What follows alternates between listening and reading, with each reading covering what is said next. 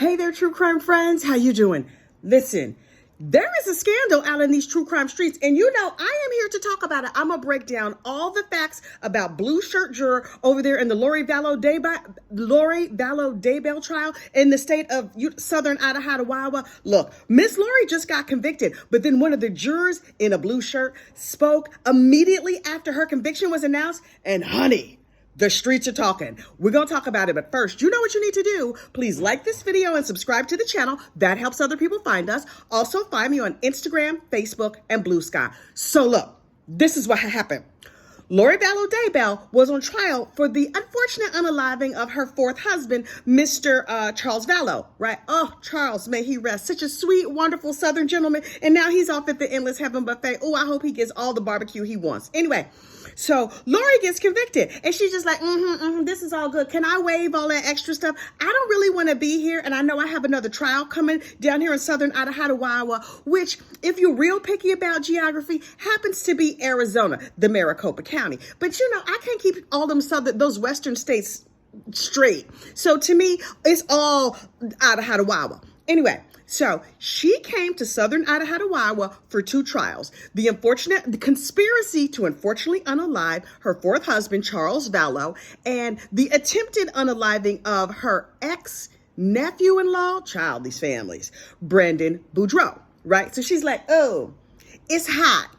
And apparently there is no air conditioning in the jail. You know it does not go good? No air conditioning and high heat. So she's like, can I get out of here as fast as humanly possible? And they're like, hey girl, hey. The judicial system told her like, you're going to have to stay here till your trials are all up. And we just going to waive speedy trial for you. And she's like, well, what you're not going to do is keep me down here in all this heat. I know I'm going to burn in hell one day, but I'm not trying to start today. Let me get back up to Northern Idaho, where it's cool and the weather is decent. So she was like, I will be my own lawyer. I will waive any conflict. I will waive anything. I just want to get out of here as fast as humanly possible. And they were like, okay. So she has the first trial. Now that this first trial is done and she acted as her own lawyer and she's been convicted, she has one more trial, and then they could cart her back up to Northern Idaho, Rexburg, Pocatello, I don't know, someplace up in Idaho, Northern Idaho, for her to serve her 3 life sentences for the unfortunate unaliving of her 2 children, she's a whole trash bag,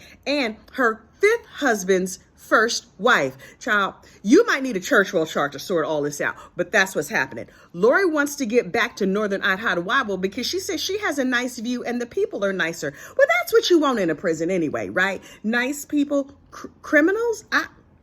She got a whole lifetime to work with them and talk with them and make them nice, I guess, whatever, or convert them to her cult. Don't get me started. But anyway, so Lori gets convicted. Everybody's like, hooray, she did it. Everything is fine. One more trial to go and we can all live our happy lives. And then the jury exits the building. Honey, that is where the trouble started. This is what you need to understand. Juries in the United States of America. Hello, people not in the United States of America.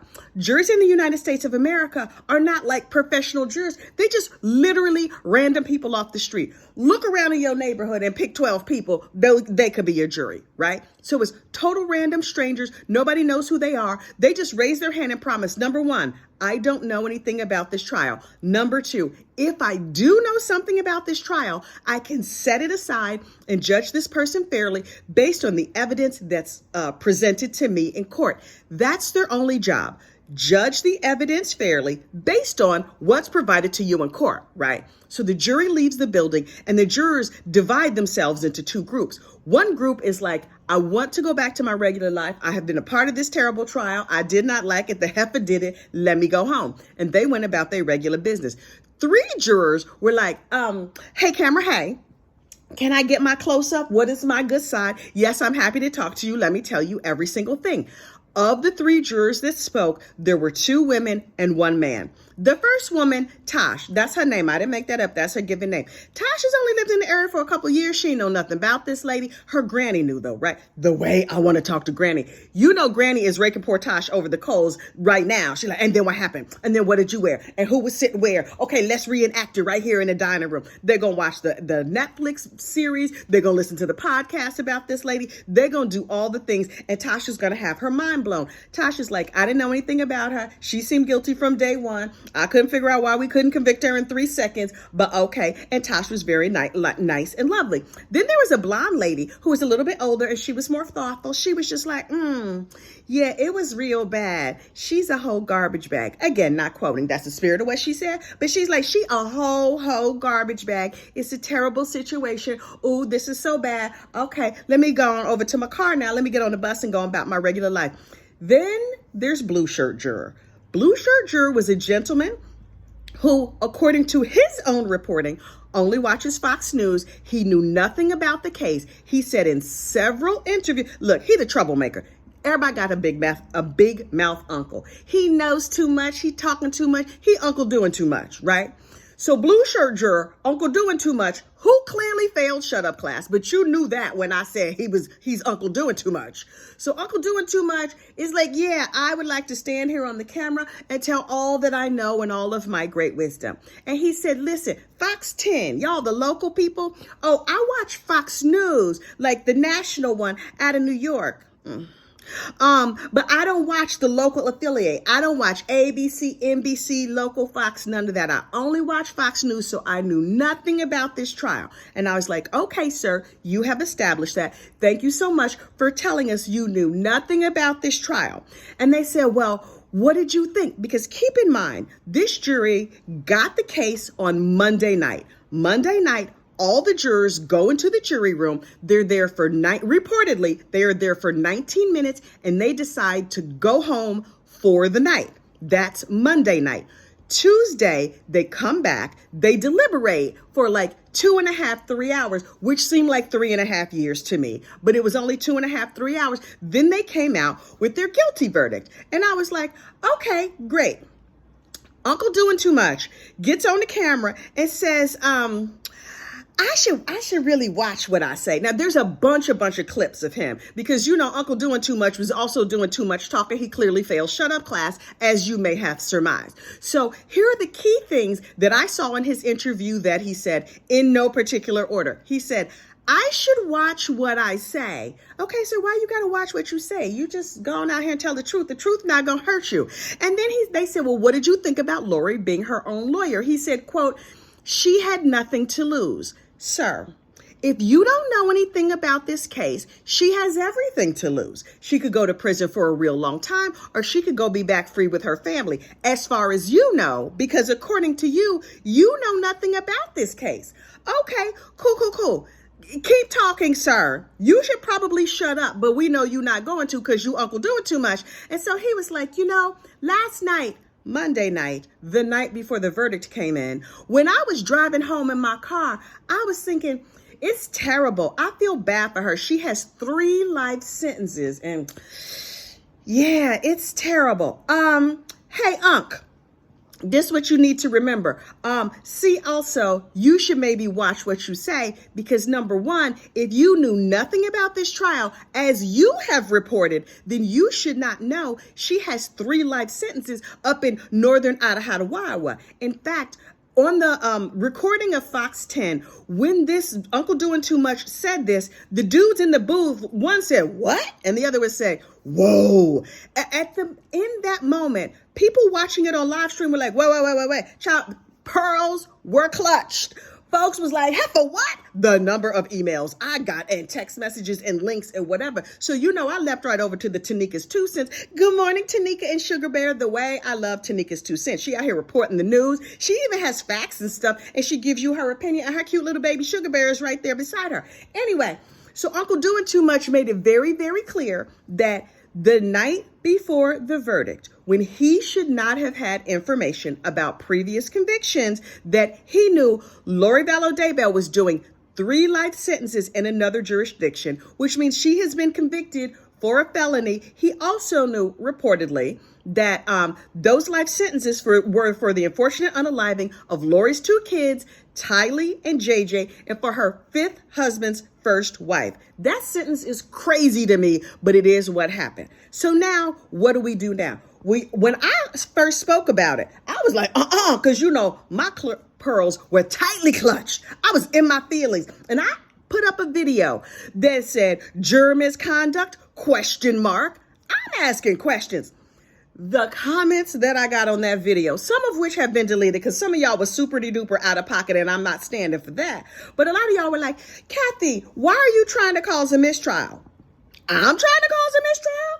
Y'all need to talk to Unc because it was not me. I was just telling you what I heard. They were like, do you want us to go back and have another trial? We don't want to do this. Do the responsible thing and take this down now. I heard one of this juror's 3 interviews and he said he didn't know anything.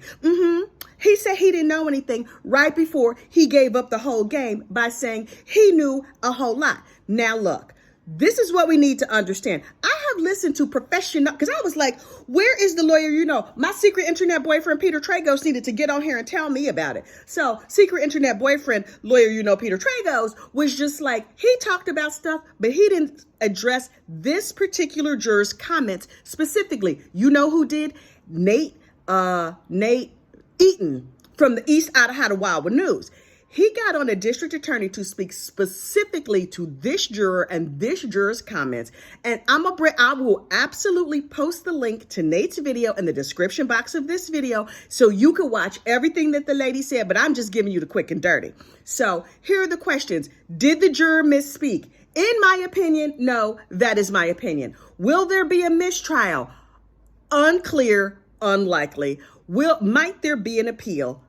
Maybe. Now, Lori's outside counsel could be like, hey, girl, hey, I know you want to get back up to the northern Idaho where the potatoes are good and stuff, and the people are nicer, and you have that lovely view over there in the Pocatello. But if you want to try and get this overturned, then you could maybe have an appeal issue. These jurors have no media training. These are just regular people off the street, so they didn't know what they were doing. For anything to change in this case, this is what would have to happen. Number 1, Lori Vallow would need to make a motion for a new trial based on what that juror said. It's a motion. It's a piece of paper. She files the piece of paper that says, hey, Judge Hay, take a look at what Uncle Doing Too Much is over here doing because he is reportedly doing too much. Then step 2 would be the judge would have a hearing. That hearing would need to answer 2 questions. Did what we think happened, or what I think happened, actually happen? Did it actually happen? And did it have an effect on the outcome? Right? Those are the 2 questions. If did it happen is a no, everything goes away.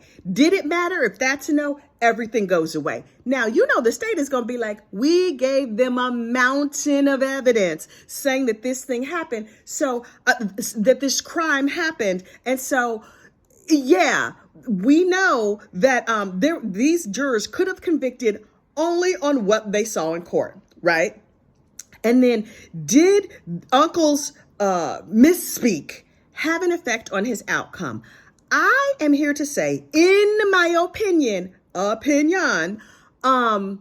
don't think it did. And here's why. Because if you listen to what Unc said, what he said was, I felt sorry for her. He basically said, I knew she was doing 3 life sentences. He also said, I was initially a not guilty vote, which says to me, he didn't think that what she said, the information that he knew, he was still able to look at just what was presented in trial. And initially he was saying, well, they had a bullet and they had a bat, but they could not prove conspiracy. Then the other jurors had to bring Unc around because, you know, the big mouth uncle. Oh, he always need extra attention and extra hand holding and extra every single thing.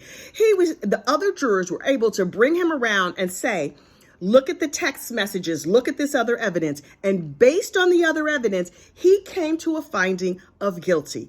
In my opinion, this whole thing with the blue shirt juror will turn out to be a nothing burger. I feel that in my spirit. You know, I'm a little bit psychic, but that is not a prediction. What you also need to understand is that Lori Vallow has 2 or 3 months to file for an appeal. She's waived so many things trying to get back up to northern Idaho. What is the likelihood that she actually files an appeal? I think it's pretty slim. I don't know. Also, there's no AC, reportedly, in jail down there in southern Idaho, where the ground is clearly on fire every minute of the day. She like hot weather, but she don't like that hot of weather. So she's trying to get back up north, y'all. Everybody was upset. Everybody is up in arms. Me personally, I want to talk about what happened, but I still think it's a nothing burger.